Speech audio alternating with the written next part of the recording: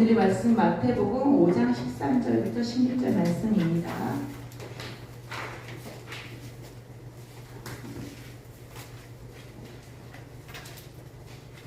다 찾으셨으면 우리 한 목소리로 합독하시겠습니다.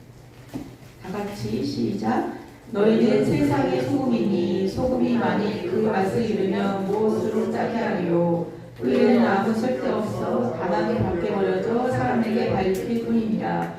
너희는 세상의 빛이라. 산 위에 있는 동네가 숨겨지지 못할 것이요 사람이 등불을 켜서 바닥에 두지 아니하고 공용 위에 두나니 이러므로 지방 모든 사람에게 비치느니라. 이같이 너희 빛이 사람 앞에 비치가여 그들로 너희 착한 행실을 보고 하늘에 계신 너희 아버지께 영광을 돌리게 하라. 아멘. 오늘의 말씀 세상의 소금과 빛이라는 제목으로 우리 신명창 목사님 말씀 전해주시겠습니다. 한국교회의 가장 큰 문제점으로 통계가 나왔는데 실천성의 문제, 공공신앙의 부재. 무슨 얘기냐면 교회 안에서는 경건한데 교회 밖에서는 그렇지 못하다라고 하는 것이 통계에 나왔어요. 가장 큰 문제점으로 그게 대두가 됐습니다. 오늘 본문의 말씀은 실천적인 성도의 모습을 대하고 있습니다. 사실 기독교 신앙은 실천적인 기독교예요. 근데 흥미롭게도 크리스천들이 세상으로부터 지금 지탄의 대상이 되는 건 뭐냐? 실천성이 없다라고 하는 거예요. 오늘 말씀을 우리가 이제 대하면 하나님께서 특히 예수님께서 오늘 말씀을 통해서 어떻게 실천적인 성도가 될 것을 우리에게 말씀해 주고 있습니다. 특별히 우리가 이 세상의 소금과 빛이라고 하는 이 의미는 복음의 영향력 그리고 복음의 어떤 변화성, 트랜스포밍 파워라고 우리의 심령을 변화시키는 거예요. 그것을 우리에게 말씀해 주고 있습니다. 특별히 흥미로운 것은 오늘 본문은 바로 그리스도인의 내적인 특징인 팔복을 말씀하시고 나서 하나님 나라의 증거자의 특징을 우리에게 말씀하고 있습니다. 그래서 오늘 두 소금의 이 빛과 이 소금이라고 하는 이 양면성은 우리 그리스도인의 성격, 그리스도인의 정체성, 그리스도인의 이 윤리적인 특징, 특히 실천적인 특징을 잘 보여주고 있습니다. 그래서 우리 크리스천이 누구냐? 성도가 누구냐? 라고 할 때 그들은 실천적인 존재다, 선교적인 존재다, 참된 제자다 라고 하는 것을 우리에게 지금 말씀해 주고 있는 것입니다.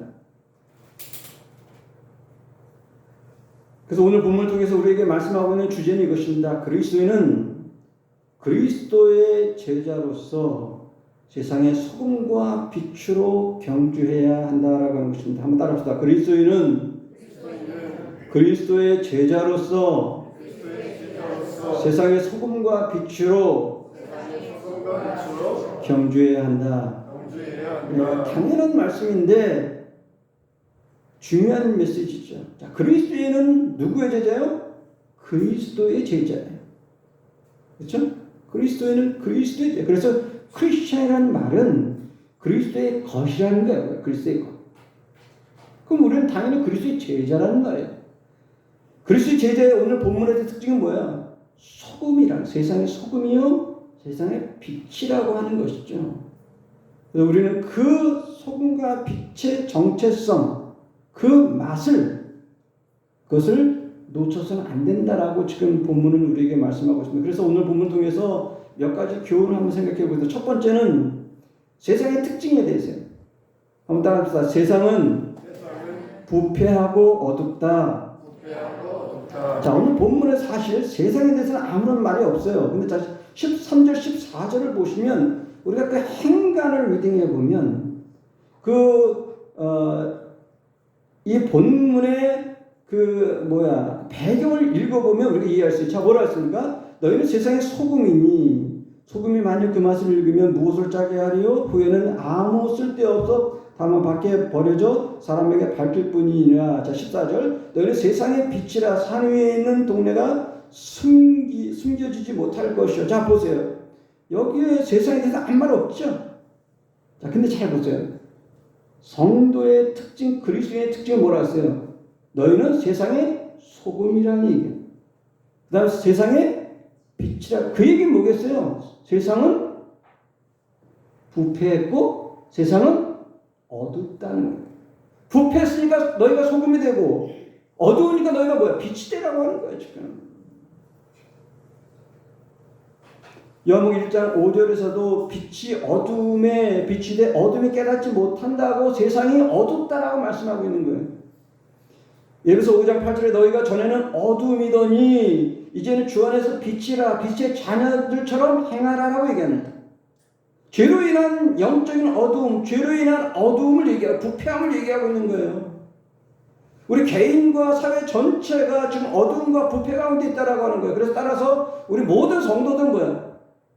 세상의 외적인 화려함에 속아서는 안 된다는 거예요. 눈 멀어서는 안 된다는 거예요. 자, 첫 번째는 그럼 세상의 특징을 얘기했습니다. 부패하고 어둡다. 자, 그러면 그리스도의 특징은 무엇인지 오늘 몇 가지를 같이 한번 말씀을 통해서 한번 봅시다. 자, 그리스도인은 누구냐는 거예요. 그리스도의 정체성을 얘기하는 거예요. 내가 누구냐는 거예요. 예? 여러분 신앙생활하면서 그리스도인 누군지를 알아야 되는 거예요. 그렇죠? 학생이 오랫동안 학교 다니는데 학생이 뭐 하는지 모르는 학생이 있죠, 가끔. 사실 우리 성도들도 그래요. 오랜 신앙생활을 하는데 성도가 뭔지를 모르고 다니는 사람들이 있어요, 사실. 근데 가장 중요한 건 뭐야? 내가 누군지를 알아야 모든 것의 스타트 시작이 되는 거예요. 자, 첫 번째 특징은 뭐냐? 우리는 세상과 이중적인 관계를 갖고 있다라고 하는 것이. 한번 따라합시다. 우리는 세상과 이중적인 관계를 갖고 있다. 조금 무슨 말인지 어렵겠죠? 자, 들어보세요. 오늘 본문에서 이 말씀 구절이 안 나오지만 성경 전체에서 이 말씀을 지금 말씀하고 있는. 자, 보세요. 첫 번째, 세상에 있지만 속하지는 않는다라고 하는 거예요. 한번 따라합시다. 우리는 세상에는 있지만 속하지는 않는다. 무슨 말이에요? 천국을 우리가 추구하지만 세상 밖에 있는 건 또 아니에요.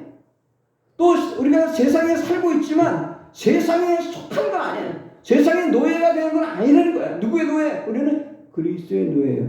그리스도의 자녀예요. 그래서 천국의 백성이라는 거야. 이게 완전히 다르다라고 하는 거예요. 그러니까 우리 정체성의 문제는 분명히 할 필요가 있는 거예요. 우리는 누구다? 세상과 이중적인 관계가 있다는 거예요. 우리가 세상에 있지만, 세상을 살아가고 있지만 우리는 늘 어디의 법을 살아요? 세상의 법이 아닌 천국의 법, 하늘나라의 법을 따라가는. 물론 그럴 거예요. 여러분, 목사님 그러면 주차하는데 주차 티켓 그냥 막 해도 돼요? 그건 아니죠. 우리는 세상에 살지만 세상의 법을 따라가긴 해요. 그러나 우리가 궁극적인 법은 어디요? 하늘의 법이에요. 그러니까 우리는 그 이중적인 특징을 잘 알아야 되는 거예요. 그렇죠? 우리가 세상에 있다고 해서 세상에 눈물면 안 돼. 세상 그대로 쫓아가면 안 돼. 그걸 잘 분별할 줄 알아야 돼. 자, 그래서 요한복음 17장 14절에 예수님께서 이렇게 말씀하십니다. 내가 아버지의 말씀을 그들에게 주었사오매 세상이 그들을 미워하였사오니, 자 보세요. 이는 내가 세상에 속하지 아니함 같이 그들도 세상에 속하지 아니함으로, 이렇게 얘기합니다. 그들도 가는 거예요. 우리 성도들이 예수님께서 세상에 속하지 않은 것처럼 우리들도 세상에 속하지 않은 인생이. 그러니까 우리가 세상과 똑같이 살면 그건 하나님이 기뻐하는 게 아니라는 거예요. 그렇죠? 내가 학교에 학생을 다니지만 학생이면서도 우리는 뭐야? 영적으로 하나님의 학생이, 하나님의 자녀인 거야. 이걸 우리 놓치면 안 되는 거야. 직장 생활에서도 마찬가지야. 우리가 상사들과 동료들과 그 다음에 이제 부하 직원들과 같이 있지만 우리 늘 우리의 관심은 뭐야? 하늘의 컴퍼니, 하늘의 회사를 우리 다니는 걸 우리 생각해. 가정에서도 마찬가지야. 우리가 부모와 그 자녀와 관계가 있지만 그것도 궁극적으로 뭘 보여주는 거야? 하늘나라의 모습을 보여주는 거예요. 아까 얘기했죠. 우리가 이 지상에 있는 모든 것들은 뭘 보여준다고 했어요? 궁극적으로 천국의 모형을 보여주는 거예요. 그렇죠? 그러니까 우리는 늘 그것을 생각할 줄 알아야 돼요. 그래서 성도는 첫 번째 세상과 이중적인 관계를 갖고 있다라고 하는 거죠. 자, 두 번째 특징은 뭐냐? 자, 우리는 그리스도의 제자들이다. 다 아는 거죠? 자, 우리는 그리스도의 제자들이다. 그렇죠? 제자들. 자, 이것도요, 성경에서는 정확하게 안 나와요. 우리가 읽은 13절부터 16절까지 여기서 안 돼. 자, 근데 어디서 이게 설명이 나오냐? 자, 5장 1절 보세요. 예수께서 물을 모시고 산에 올라가 앉으시니 누가 나오더라? 제자들이 나오더라. 그러니까 오늘 너희는 세상의 소금과 빛이라고 얘기했을 대상이 누구라고요? 제자들을 얘기하는 거죠. 그러니까 우리 성도는 그리스도의 제자인 것을 오늘 본문에서 우리에게 얘기하고 있는 거예요. 사실 세상의 소망은요, 세상 사람들이 아니라 그리스도인들에게 있는 거예요. 그래서 궁극적으로. 그러니까 세상이 우리를 주목하고 있는 거예요. 어떻게 보면 여러분들을 비판하고 여러분들을 쉽게 말하면 왕따시키고 그렇죠. 제가 군대 생활할 때도 제 크리스천으로 그런 생각을 했잖아요. 예? 이는 뭔가 다르단 말이야. 근데 어떻게 보면 왕따시키는 것 같지만 어떻게 보면 우리를 주목하고 있는 거예요. 왜? 사실 관심이 많거든. 예? 크리스천들한테 관심이 많은 세상 사람들이 주목하고 있거든. 왜? 우리랑 다른 걸 알기 때문에. 그렇지만 우리 현대 지금 한국과 저는 이제 미국에 살지만 미국에 있는 크리스천들도 마찬가지죠. 과연 어떤가라고 하는 거예요. 과연 세상의 소금과 빛의 역할을 과연 감당하고 있는가. 한국 교회가 지금 예를 들어서 정치가들이 70~80%가 다 크리스천이라고 그러는데 과연 정치가 정치다우냐고 할 때는 아무도 얘기할 수 없어요. 교회도 마찬가지예요. 그래서 우리는 오늘 본문을 통해서 예수님께서 말씀하신 이 그리스도인의 제자됨을 우리는 회복해야 돼요. 그렇죠? 가장 기본적인 제자됨. 그리스도의 제자. 그래서 그리스도의 인격과 삶. 그래서 그리스도의 복음과 그리스도의 세계가 어떻게 나를 통해서 드러나요. 그리고 내가 그걸 살아가야 돼요. 주일날 열심히 배웠는데 듣기만 하고 그걸 살아가지 않는다면 무슨 의미가 있어요? 한 의미가 없는 거예요. 자, 세 번째 우리 크리스천의 특징은 뭐냐? 우리는 세상의 소금이다라고 하는 거예요. 한달하자 우리는 세상의 소금이다. 무슨 얘기냐면 도덕적인 방부제를 얘기하는 방부제. 무슨 말 알겠죠? 여러분 뭐 이렇게 음식이나 그다음에 뭐 하면 이렇게 썩지 않게 뭘 집어넣죠? 방부제를 넣죠? 바로 그거예요. 그게 도덕적인 방부제야. 그러니까 영적, 도덕적, 사회적인 방부제. 사회가 썩지 않게 누가 있으므로? 여러분과 제가 크리스천들이 있으므로 뭐 썩지 않는 그 사회가. 이 소금이라고 하는 기능과 역할은요, 세 가지가 있어요. 하나는 뭐냐? 방부제 역할. 오늘 본문에 얘기한 제가 말씀드린 방부제 역할이에요. 자, 두 번째 뭐가 있어요? 비료 역할이에요. 비료. 예? 소금을 통해서 이게 세상을 더 풍성하게 만드는 거예요. 그래서 세 번째 뭐가 있냐면 조미료 역할이에요. 말씀드린 대로 이 비료의 역할은 세상에 풍성한 삶이 되도록 하는 거고요. 두 번째 조미료 역할은 그리스도인이 없으면 맛이 없어. 여러분 직장생활이나 가정에서 학교에서 그런 사람 있죠. 얘가 있으면 이 사람이 있으면 이 친구가 있으면 뭐야? 재미가 없어. 근데 이 친구가 있으면 뭐야? 재밌어. 유익해. 즐거워. 여러분 그런 친구 있어요? 바로 그걸 얘기해요. 조미료의 역할은 맛을 내는 거야. 삶의 가정에, 직장에, 우리 학교에, 사회에, 국가에 맛을 내는 인생이에요. 근데 오늘 가장 중요한 포인트는 방부제 역할이에요. 방부제 역할. 소금의 도덕적인 방부제라고 했어요. 세상의 영적이고 도덕적으로 우리를 썩지 않게 부패했다 그랬잖아요. 세상은 부패했다 그랬잖아요. 그럼 부패하지 않게 돕는 역할, 그게 방부제라는 거예요. 이것이 그냥 가장 강조되는 거고 본문에서. 근데 흥미로운 것은 소금의 특징이 어때요? 전문적으로 얘기하면 이렇게 얘기하면 세포 침투의 원리는 거예요. 세포가 침투해서 들어가는 거예요. 그렇죠? 소금이 녹아져서 침투해서 들어가는 거예요. 그러니까 한마디로 뭐야? 자기 희생이 있는 거예요. 자기 희생. 그냥 뻣뻣하게 소금이 소금으로 되는 게 아니라 소금을 우리가 김장할 때 보세요. 소금이 소금으로 남아있습니까? 그건 김장이 아니죠. 소금장이지. 그죠? 네? 김치가 드러나지 소금이 드러나지 않는단 말이에요. 그게 소금의 역할이에요. 스며 들어가야 돼요. 희생되어야 돼요. 보이지 않아야 돼요. 말 그대로 아까 말씀대로 바닥에 우리 들어가야 되는 거예요.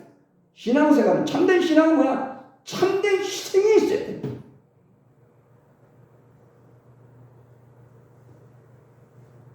그리고 동시에 이 소금은 맛을 유지해야 돼요. 그렇죠? 맛이 있어야 돼요. 맛을 잃으면 쓸모없고 오늘 본문처럼 버려진다고 그랬어요. 비참한 거예요. 응? 따라서 우리 그리스도인들 세상의 소금으로 도덕적인 영적인 방부제 역할을 감당해야 된다는 거죠. 그리고 소금의 맛을 우리는 잊지 않도록 우리가 하나님 앞에 깨어 있어야 된다는 거예요. 자, 네 번째 크리스천의 특징은 뭐냐? 우리가 잘 아는 세상의 빛인 거죠. 한번 따라서 우리는 세상의 빛이다. 다른 말은 작은 예수라고 하는 의미예요. 14절, 16절에 이 말씀이 나오는 거죠. 그렇죠? 너희는 세상의 빛이라 산 위에 있는 동네가 숨기지 못할 것이요 라고 얘기하고 16절 보세요. 이같이 너희 빛이 사람 앞에 비치게 하여 그들로 너희 착한 행실을 보고 하늘에 계신 너희 아버지께 영광을 돌리게 하라라고 이렇게 얘기하는데, 자 보세요. 자, 빛이라고 하는 것은 뭐냐? 그리스도의 제자로서 뭐냐? 반사체야, 반사체. 네? 비추는 거예요. 나를 통해서. 그러니까 내가 빛이 아니라 그리스도의 빛이 있으면 그게 나를 비춰서 내가 그리스도의 빛이 드러나는 거예요. 그게 원문상 의미의 빛이라고 하는 의미예요. 네? 그러니까 빛을 보관하는 사람, 빛을 담지하는 사람, 빛을 담고 있는 사람을 얘기하는 거예요. 그게 오늘 본문에 나오는 빛이라고 하는 원문상의 의미를 얘기해요. 자, 빌립보서 2장 15절에 이렇게 얘기합니다. 어그러지고 거스리는 세대 가운데, 무슨 얘기예요? 세상에서 그들 가운데 빛들로 나타나면서, 빛들로 나타나면 빛이라고 하는 것은 스타, 어디야? 저기 하늘에 있는 뭐죠? 별들과 같은 거예요. 이 별들은요, 자기가 드러나는 게 아니라 뭐야? 햇빛과 같은 것은 반사체야, 반사체. 그러니까 우리도 그리스도의 빛을 드러내는 반사체에 불과하다는 건 그게 제자예요. 그게 빛이라고 하는 의미를 얘기해요. 그래서 예수님이 뭐라고 했습니까? 나는 세상의 빛이라고 얘기했어요. 예수님이 빛인 것처럼 우리 제자들도 뭐야? 빛을 비추는 사람들이라고 하는 것이 오늘 본문에서 원문상이에요. 자, 흥미로운 것은 15절에 뭐라 했어요? 빛을 비춘다라고 얘기했어요. 자, 15절에 보세요. 사람이 등불을 켜서 발 아래 두지 아니하고 등경에 두나니 이러므로 집안의 모든 사람에게 비치느니라라고 하는 이 원문상의 의미는 뭐냐면 계속적인 용법이에요. 그냥 빛이 한번 오늘 비치고 내일은 멈추는 게 아니야. 계속적인 용법이에요. 오늘도 비치고 내일도 비치고 평생 비치는 거야. 그러니까 뭐야? 신앙은 뭐야? 제자도의 삶인 거예요. 이따가 말다 이게 아니에요. 그러니까 참된 신앙은 뭐냐면 습관인 거예요. 그래서 제가 아까 말씀드린 조나단 에드워즈가 참된 신앙의 특징은 뭐라 하냐? 습관 같다는 습관. 그걸 그분은 이렇게 표현합니다. 참된 신앙은 뭐와 같냐면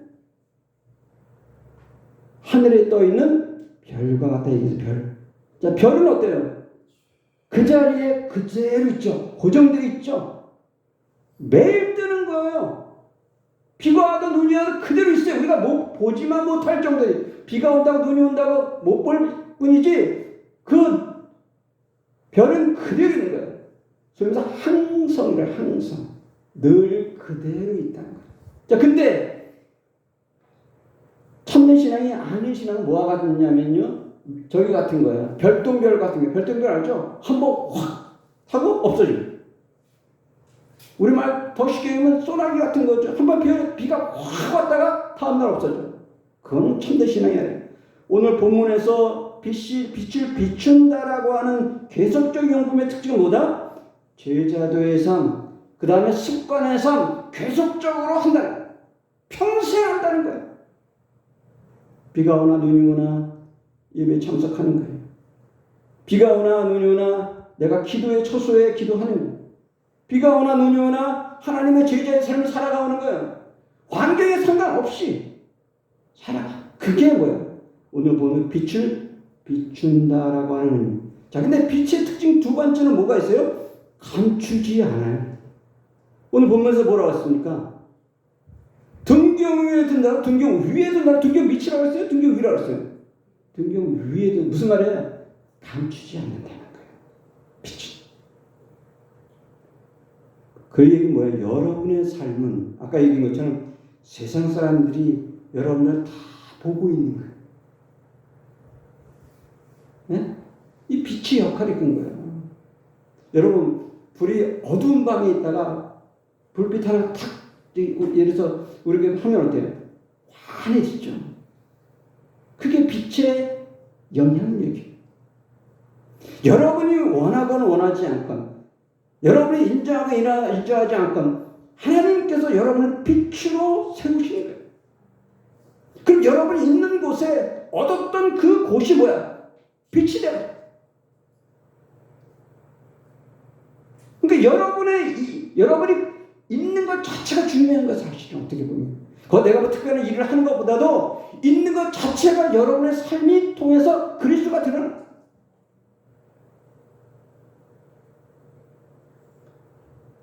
그래서 감추지 않는다는 거예요. 보여준다는 거예요. 그래서 독일의 신앙의 순교자이자 목회자인 보은헤퍼라고 하는 분이 이렇게 얘기합니다. 감추고 숨기는 것은 제자도를 포기하는 것이다. 그리고 이렇게 얘기합니다. 숨는 것은 소명을 포기하는 것이다. 숨으려고 하는 그리스도인의 공동체, 교회겠죠? 그 공동체는 그리스도를 따르는 것을 포기하는 것이다. 라고 합니다. 무슨 말 알겠죠? 우리가 빛인데 빛의 역할은 드러내는 거예요. 근데 우리가 숨는다라고 하는 것은 우리의 소명, 그것을 포기하는 것이고 그리스도를 따르는 것을 포기하는 것이라는 거예요. 자, 세 번째 빛의 특징은 뭐냐? 세상에 드러나는 거예요. 지금 말씀드린 대로 감추지 않는 것처럼 세상에 드러나는 거예요. 산 위에 동네여 등불 위에 있다라고 하는 거예요. 여러분이 원하지 않고 원하고 상관없는 거예요. 이건 산 위에 있어요. 등불 위에.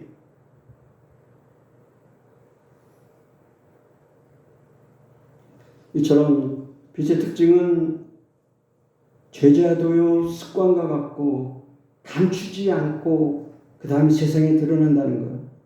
자, 마지막 특징은 이렇게 얘기할 수 있습니다. 그리스도인의 마지막 특징은 뭐냐? 착한 행실의 사람들이라는 거예요. 한번 따라합시다. 그리스도인은 착한 행실의 사람들이다. 무슨 말이냐면 소위 말해서 가시적인 성도, 가시적인 교회라고 하는 이제 전문적인 용어를 써요. 보이는 성도예요. 보이는 교회. 네? 신앙이 보이는 거예요. 사람들한테 다. 그러니까 선행이 보이는 거예요. 오늘 본문에서 뭐라고 했습니까? 두 가지 결과를 얘기해요. 세상의 선한 행실로 증거한다고 말씀했어요. 그렇죠? 16절에서 너희 빛이 사람에게 비치게 하여 그들로 너의 착한 행실을 보고라고 했어요. 착한 행실로 증거한다는 거예요. 그 결과는 뭐야? 세상이 하나님께 영광을 돌리게 하는 거예요. 그러니까 우리 때문에 하나님의 영광을 받는 거예요.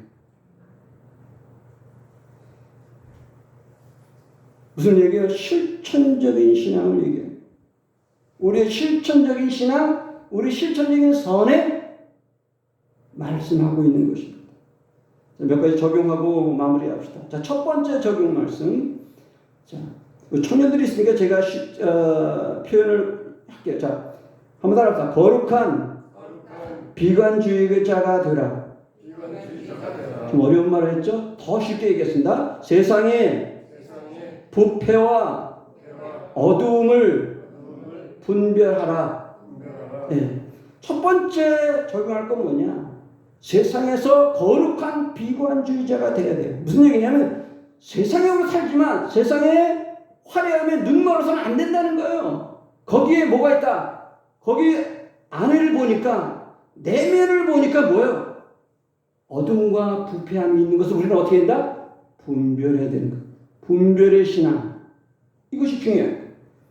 자, 사도행전 17장에 보면 사도 바울이 나옵니다. 사도 바울이 아테네에서 설교하는 장면이 나와요.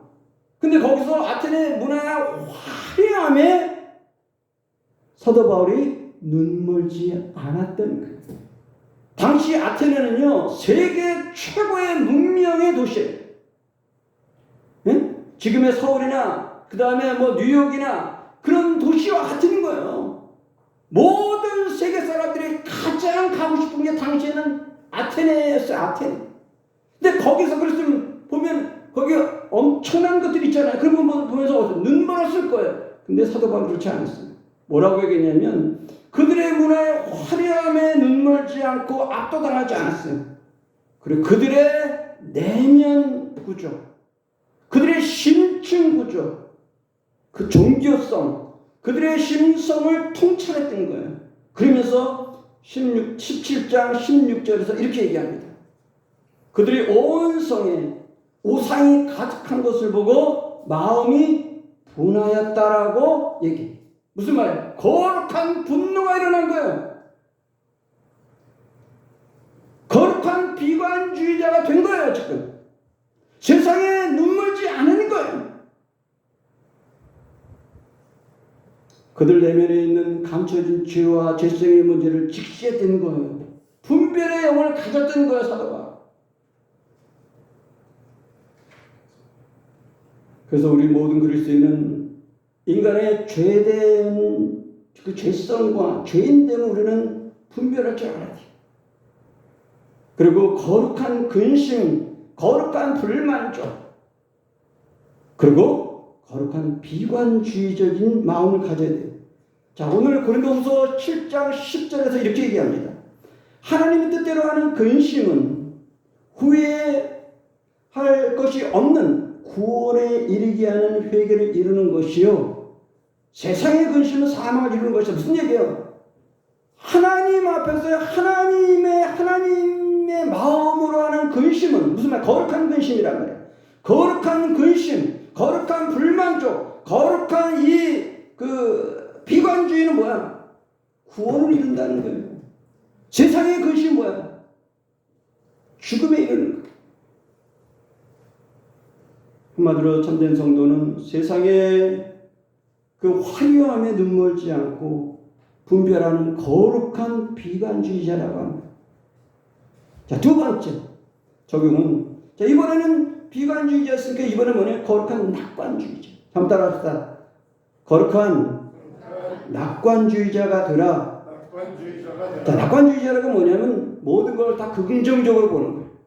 긍정적으로 보는 거예요. 자, 왜 긍정적으로 보냐? 자, 첫 번째, 아까 말씀드린 대로, 자, 인간이 죄인이고 세상의 어둠과 부패로 가득했어도 그리스도 때문에 우리는 회복의 가능성이 있어요, 없어요?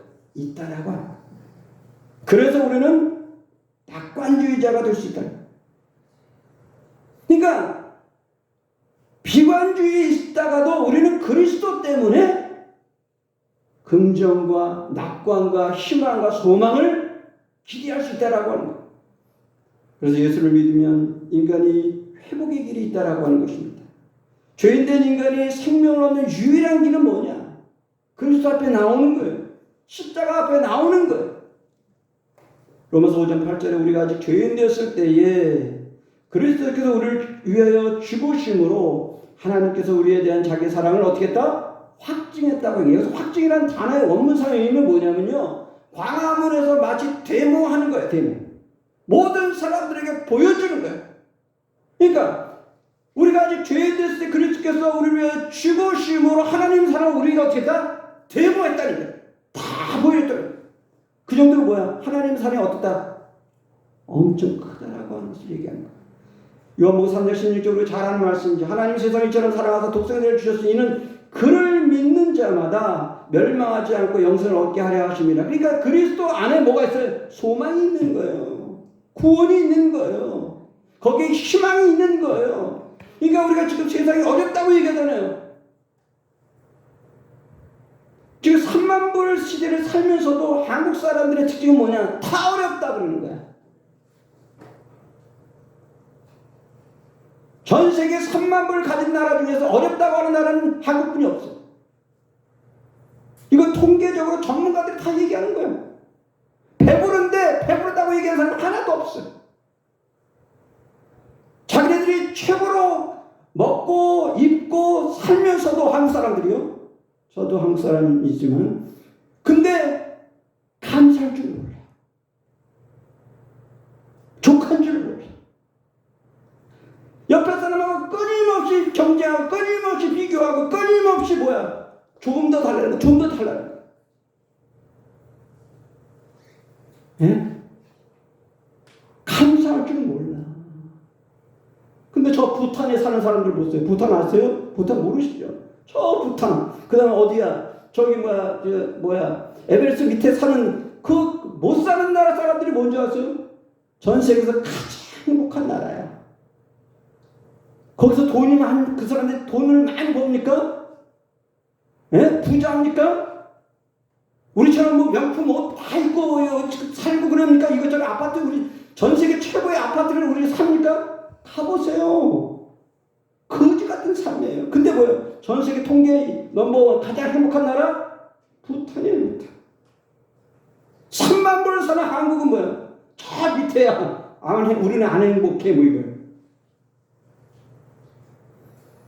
여러분, 우리가 이렇게 어렵다고 해도 그리스도를 우리가 믿고 감격 감사할 때 우리에게 소망이 있는 거예요. 여러분, 3만 불, 4만 불, 5만 불, 6만 불, 7만 불 한다고 해서 감사가 사실 넘치는 건 아니에요.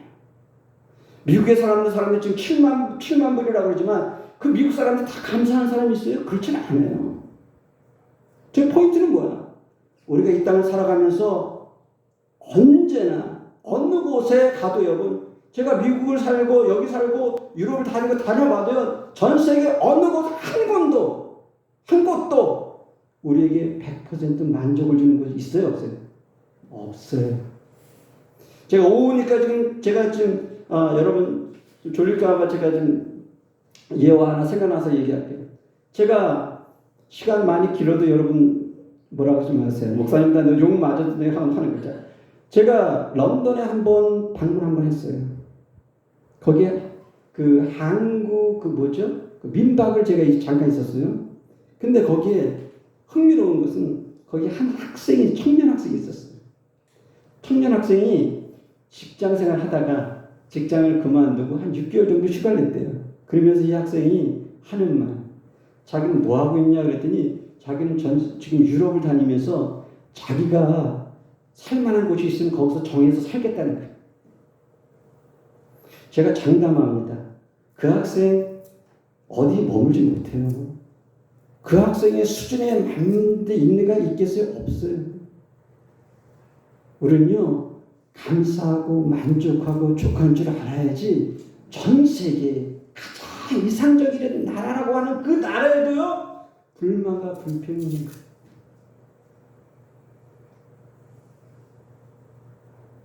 네? 오히려 가장 어렵다고 하면 부탄이 가장 행복하다는 말이에요. 그러면 뭐야? 여기가 가장 행복한 나라일 수 있는 거야, 한국이. 우리 교회가, 내 가정이, 내 직장이, 내 학교가 사실 관점의 차이가 관점의 차이. 그러니까 어려운 이 세상 속에서 우리는 거룩한 뭐야? 낙관죄를 경험할 수 있는 거예요. 그렇죠? 그러니까 우리 참된 신앙의 사람들은 뭐냐면 남들이 다 노할 때 우리는 뭐야? 예스 할 줄 알아야 돼요. 남들은 다 불평할 때 뭐야? 우리는 감사할 줄 알아야 돼요. 그 어떨 때 반대로 어떤 사람은 다 행복해. 여기 좋다 할 때 노할 줄 알아야 돼요. 그 잘못된 거, 세상이 잘못된 거에 노할 줄 알아야 되는 거예요. 따라가면 안 되는 거예요. 그래서 우리는 거룩한 불만족의 비관주의자예요. 동시에 우리는 뭐야? 거룩한 낙관주의자를 꿈꿔야 되는 거예요. 오늘 본문에서 이렇게 얘기하는 거예요. 요한복음 1장 12절 영접하는 자 그 이름을 믿는 자에게 하나님의 자녀가 되는 권세를 주었다. 우리의 특권을 준 거예요. 여러분, 가방끈이 긴 박사들도요, 예수를 모르는 사람이 엄청 많아요. 그래 안 그래요? 여러분이 경험한 이 은혜를 모르는 사람이 엄청 많아요. 그런 말씀들이 아까 얘기했는데 부자 나라 사람들도요, 예수 모르는 사람들이 많아요. 심지어 부탄에서도요, 가장 행복하다고 그러지만 뭐야? 예수를 모르고 이 크리스천들의 이 즐거움과 감격과 은혜를 모른다는 말이에요. 그럼 여러분들 뭐예요? 하나님의 특별한 은혜의 사람들. 그러니까 내가 어렵다고 해도 날마다 하나님 앞에 뭐야? 소망을 꿈꿀 수 있는 거예요. 감격할 수, 감사할 수 있는 거예요. 내가 볼 때 난 아직 넉넉하지 않아. 네? 그럼에도 불구하고 내가 감사할 수 있는 게 뭐야? 환경이 아니라는 말이에요. 내 돈이 아니에요. 내 직장이 아니에요. 내 가정의 환경이 아니에요. 내 금수저, 운수저가 아니라는 말이에요. 이유가 뭐예요? 예수님 때문에. 여러분, 이것이 분명하면 여러분의 삶은 100% 바뀌어요. 특히 청년들한테 제가 말씀드려요. 장담함. 내 환경에 핑계대고 거기서 머물러 있으면 그저 그런 청년뿐이 안 돼요. 근데 하나님의 은혜 앞에 내가 족한 줄 알고 감사하고 하나님 앞에 나가면 하나님께 그의 삶을 어떻게 턴어라운드, 변화시켜요. 이건 제 얘기가 아니라 성경에 나오고 교회사에 나오는 믿음의 선배들의 공통적인 특징이에요. 믿음의 선배들의 특징이 뭔지 알아요? 부자였어요? 부자 아니었어요. 그들이 잘 살았어요? 물론 잘 사는 사람이 있어요. 그러나 꼭 그렇지는 않아요. 그들이 행복했어요? 그래, 행복하지 않았어요. 근데 하나님 뭐예요? 변화시켰어요. 그들의 삶을 변화시켰어요. 그들이 학교에서 F당하고 정학당하고 퇴학당했는데 그 청년을 하나님께서 변화시켜서 선교사를 만들어서 선교사의 뭐야? 모델로 만들었어요. 데이비 브레너드라고 하는 청년이 바로 그런 청년이 학교에서 정학을 당했어요. 자기 교수님 은혜가 없다고 말 한 번 잘못했거든. 근데 그 말이 어떻게 학교에 당국이 들어가 버린 거야. 그래서 이 학생이 뭐야? 그 똑똑한 학생이 예일대 학생이 잘려버린 거야. 당시에 학교에서 잘리면 아무것도 할 데가 없어요. 그래서 어쩌다가 하나님께서 어떻게 선교사로 간 거야. 어디 선교사? 아무도 가지 않는 인디언 선교사로 간 거야. 인디언 선교사 가서 약 29살 청년에 그러니까 한 7, 8년 사역하다가 29세에 요절해 버렸어요. 근데 정학당하고 남들이 알려지지 않은 인디언 선교를 하다가 정학당 그 다음에 요절해 버렸어요. 오래 설교하면서 요절해 버렸는데 나중에 그의 일기와 전기를 써서 그거를 갖다가 출판했어요. 그 책이 지금까지 선교사에서 여태껏 절판된 적이 없는 유일한 책이에요. 그래서 모든 선교사들은 누구 책을 읽어요? 그 브레너드의 삶을 읽었어요. 하나님께서 변화시키면 절망의 청년을 정학당하는 친구를 세상에 아무 소망이 없는 청년을 어떻게 했어요? 하나님은 세상의 빛과 소금의 역할로 선교사의 모범으로 선교사의 쉽게 뭐야? Godfather야. 대국격으로 지금 대우받죠. 하나님의 성령. 자, 여기서 그러면 자, 다음으로 갑시다. 자, 마지막 세 번째 적용은 뭐냐? 거룩을 실천하는 사람이 되라는 거죠. 한번 따라서 거룩을 실천하는 사람이 되라. 말 그대로 두 가지입니다. 하나는 세상의 소금이 되라는 거야, 말 그대로. 여러분 통해서 소금의 역할을 하라는 거야. 영적인, 도덕적인 방부제 인생을 살라는 거야. 여러분이 살고 있는 현장에서 뭐 거창하게 살 필요 없어요. 한 가지, 작은 거. 내가 어떻게 하면 정말 희생하되, 예? 그래서 선한 영향을 끼칠 수 있겠느냐? 예? 소금의 역할을 내가 감당하겠다라고 하는 거예요. 두 번째는 뭐야? 세상의 빛의 역할을 감당하라는 거예요. 말 그대로. 그리스도의 제자의 삶, 그리스도의 인격과 복음이 나를 통해서 어떻게 비추는 거예요. 예? 드러나는 거예요. 다른 말로 하면 그리스도의 향기가 드러나는 거죠. 그리스도의 편지가 되는 내 스스로가 그리스도의 편지예요. 저 청년이 오면, 저 형제 자매가 오면, 저 성도가 오면, 저분이 오면 삶이 변하는 거예요. 가정이 변하는 거예요. 직장이 변하는 거예요.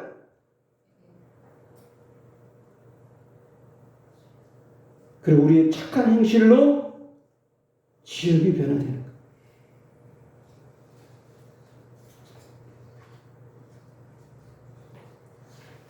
여러분, 그리스도의 삶의 특징은 뭐였어요? 소금과 빛의 역할이 그리스도의 삶이에요. 자, 보세요. 그리스도께서 희생하시고 선한 행실을 보이시는 거예요. 희생은 뭐예요? 소금과 역할 같은 거예요. 그 다음에 선한 행실을 통해서 보이시는 거예요. 그게 뭐예요? 십자가를 통해서 철저히 비우시고 낮아지시고 죽으신 거예요. 이게 희생이에요. 그러고 나서 그분의 삶과 부활과 승천을 통해서 빛 대신 그리스도를 보여주시고, 빌립보서 2장 5절 11절 너희 안에 이 마음을 품으라. 곧 그리스도의 마음이니 그는 근본 하나님의 본체시나 하나님과 동등됨을 취할 것을 여기지 아니하시고 오히려 자기를 비워 종의 형체를 가지사 사람들과 같이 되셨고 사람의 모양으로 나타나사 자기를 낮추시고 죽기까지 복종하셨으니 그 십자가에 죽으시느라. 그렇죠? 이거는 낮아지는 소금의 역할이에요.